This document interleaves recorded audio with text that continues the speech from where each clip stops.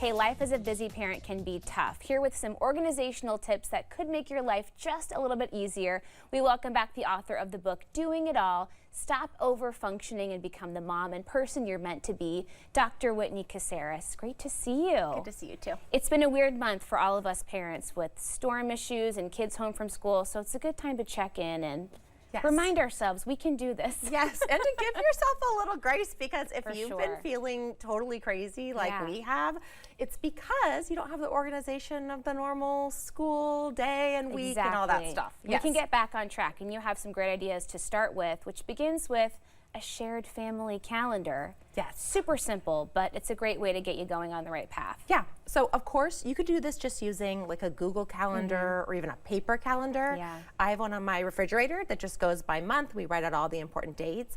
I also love apps. There's one that I work with specifically that does reminders so that it sends out a notification to every single family member. Nice. So that as the mom in particular, you're not always reminding everybody of everything. So shared family calendar is key. We tend to become the keepers of the calendar, but we can share the responsibility a little bit. Other people are capable of helping us with that.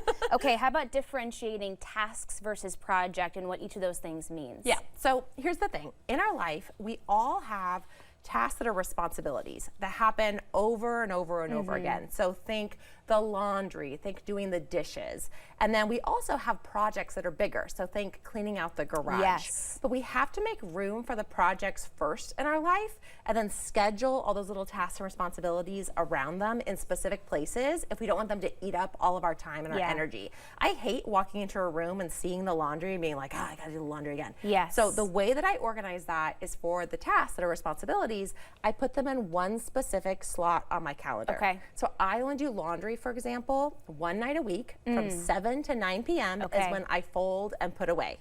I wash and dry throughout the week, but then I just leave it in a pile and do it then. Yeah. And if it doesn't get done, I either step over it, shove it in a closet, or give it as a task for my kids to do. But otherwise, out of sight, out of mind. Okay, you're gonna get to it when you're gonna get to it. If other things come up, it's okay. Yeah. We're gonna figure it out.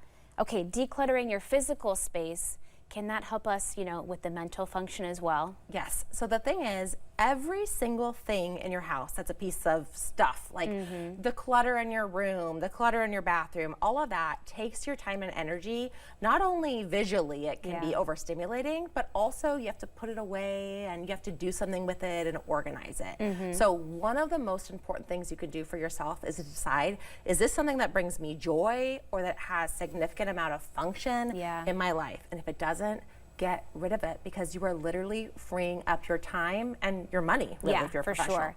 What about all the kids stuff that they insist on hanging on to, but they don't really love it or use it that much? Are there ways we can work together to make some extra room for the things that we do really care about and enjoy? Yes, so this definitely depends on your child's personality. I have one kid who's a little bit more of a hoarder and one kid who's not. And so sometimes you have to make some executive decisions while they're not in the room. Yes. But I do think that as much as possible, inviting them into the cleaning and into the decluttering is helpful. So if they know, okay, once a month or once a quarter, we're going through your things. I want you to put into a pile first all the things you really love and care about. I've actually found that my kids leave a lot of stuff that then they could give to somebody else, they could recycle, give to a younger kiddo. Once they're old enough to understand they can pass things along to another kid, sometimes that's exciting for them too, making somebody else's day. Okay, how about a monthly audit of your calendar? That sounds kind of scary. I know. Well, the reason that I suggest that is because so much of our time can be wasted without us even realizing it. So true. And so I'm okay with spending a lot of time on any particular project or task, but I want to be knowing that I'm doing it on purpose, not doing it just willy-nilly. So this isn't about bringing shame. It's not about getting hard on yourself. It's about just taking a look over the last month and seeing, are there some tweaks I could make? Could that Zoom meeting, could that have been an email? Could that trip have been a Zoom meeting? Like, what could I have cut out or combined or really lessened its impact on me in order to free up more free space for the rest of the We're so guilty of overscheduling sometimes. We just gotta take a step back and give ourselves a break. Okay, and speaking of, one task at a time. The multitasking is not the greatest thing. multitasking actually lowers your IQ. Oh gosh. And it decreases the ability of the part of your brain that is responsible for regulating your emotions to function. So it actually makes you not able to do things as well while damaging your brain and making you have better or worse relationships with other people. So multitasking is one of those things that's terrible for us, but we try to do it all the time.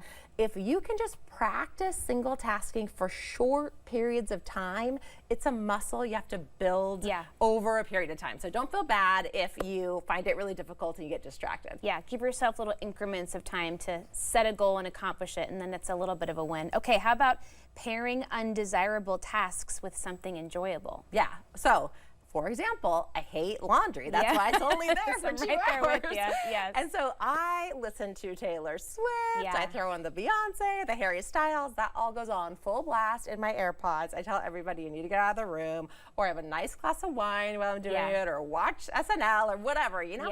Like, just make it so those things you hate to do, you pair it with something that gives you a little dopamine hit. It's gonna make it a lot easier. You almost look forward to it too when you know there's gonna be something fun along the way. Even if you are folding laundry. Yes. We'll get it all done. Hey, great to see you. Thank you so much. Thank you. We'll see you again soon. We'll have more information on Dr. Whitney and her book on our website at katu.com. And we'll be right back with more Afternoon Live right after this.